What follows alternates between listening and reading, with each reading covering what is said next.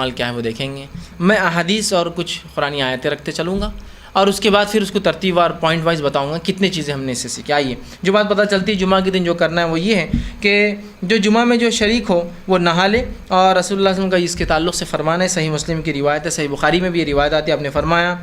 غسل الجمعۃ واجب علی کل مسلم، جمعہ کے دن غسل کرنا ہر مسلمان پر واجب ہے۔ مطلب جس کی طاقت ہو، استطاعت ہو، صحت ہو، سہولت ہو، چیزیں مہیا ہو، حمام ہو، اور جو کچھ چیزیں انسان کو لوازمات لگتی ہے ایک نہانے کے لیے، اگر وہ سب ہو تو پھر نہانا ہم پر واجب ہے، ضروری ہے۔ سمجھ رہے ہیں بات کو؟ تو جمعہ کے دن کچھ نہ ہو تو کم از کم جمعہ کو نہانا ہے۔ غلط فہمی کا کوئی شکار نہ ہو کہ صرف جمعہ کو نہانا ہے،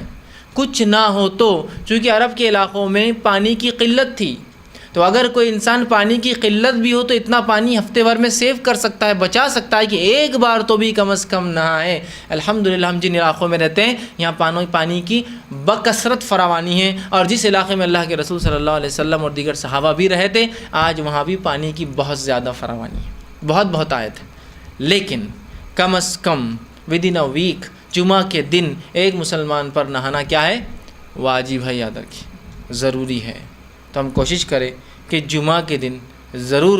جو ہے غسل صحت اللہ نے دی ہے، حمام اویلیبل ہے، مطلب پردے کا انتظام ہے جہاں انسان نہا سکتا ہے، تو بالکل کوشش کریں نہائے، اس لیے کہ یہ واجب ہے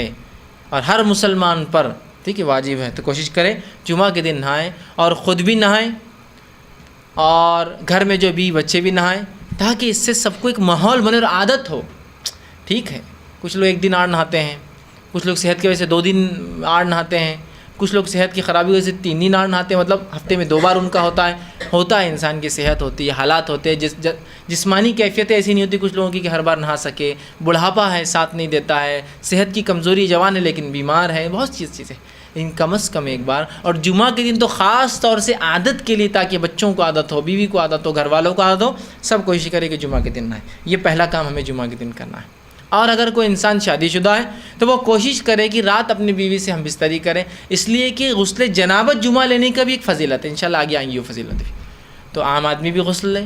بچے بھی غسل لے، بڑے بھی غسل لے، سہولت ہوتا ہے کہ انسان جنابت کی حالت میں ہو، خود بھی نہائے اور اپنی بیوی کو بھی نہلائے، یہ معنی ہے اس کا۔ بہرحال دوسری چیز جو بہرحال ہم یاد رکھیں گے جمعہ کے دن جو کرنے کی، اچھے اور صاف ستھرے کپڑے پہنیں اور خوشبو کا استعمال کریں اور تیل کا استعمال کریں، اس لیے کہ نبی اکرم صلی اللہ علیہ وسلم فرماتے ہیں، اور حدیث کے الفاظ یوں ہیں،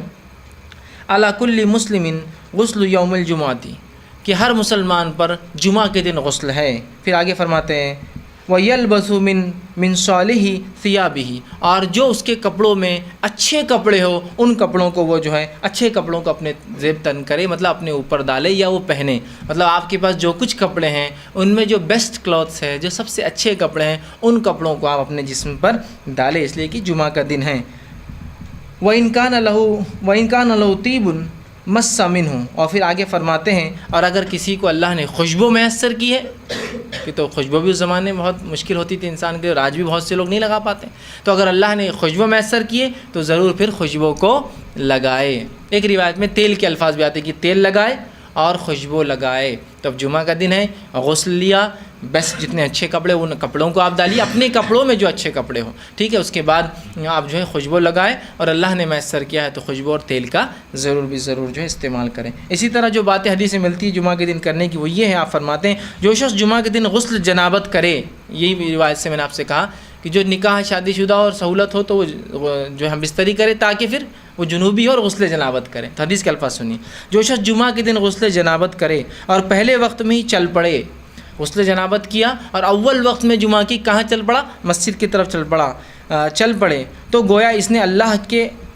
تقرب کے لیے اللہ کی راہ میں ایک اونٹ قربان کیا، ایک اونٹ ذبح کیا، ایک اونٹ صدقہ کیا، جو کچھ اللہ کے تقرب میں، اللہ کے نزدیک۔ پھر فرماتے ہیں اور جو دوسرے وقت جائے، مطلب جو اول وقت میں نہیں گیا، سیکنڈ فیز میں گیا، دوسرے وقت میں جائے، تو اسے ایک گائے اللہ کی تقرب میں، اللہ سے قرب حاصل کرنے کے اندر اس نے کیا، ایسا اس کو ثواب ملے گا۔ پھر آپ نے فرمایا اور جو تیسرے وقت میں جائے، گویا ایک سینگ والا مینڈا، سینگ والے مینڈے کی فضیلت یاد رکھی، ذبح کا سینگ والا مینڈا اللہ کے تقرب میں اس نے خرچ کیا یا دیا۔ اس کے بعد فرماتے اور ایسا شخص جو چوتھے وقت میں جائے،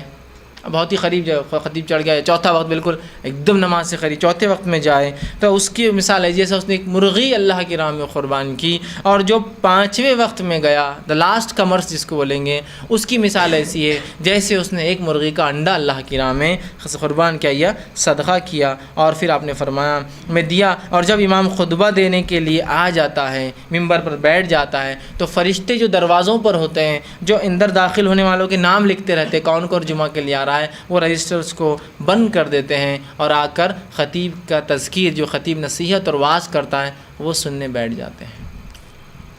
تو گویا کوشش یہ کرنی چاہیے کہ جمعہ کو خطیب کے ممبر پر چڑھنے سے پہلے آنے والا ففتھ ہے کہ تو اس کو انڈے کا ثواب مل رہا، تو ظاہر سی بات ہے اول آنے والا بہت جلدی آ رہا ہے، اذان سے پہلے داخل ہو جا رہا ہے، ہو سکتا ہے دوسرا نمبر اذان کے وقت داخل ہو رہا ہے، تیسرا دوسری اذان کے وقت داخل ہو رہا ہے جو خطیب چڑھ رہا ہے، لیکن یہ تمام لوگ جو ہے خطیب کے ممبر پہ بیٹھنے سے پہلے آ رہے ہیں۔ اس کے بعد تو فرشتے اپنے رجسٹرز بند کرتے ہیں اور آ کر واعظ و نصیحت سننے بیٹھ جاتے جو خطیب دے رہا ہے۔ سمجھ رہے ہیں بات کو؟ تو کوشش کیجئے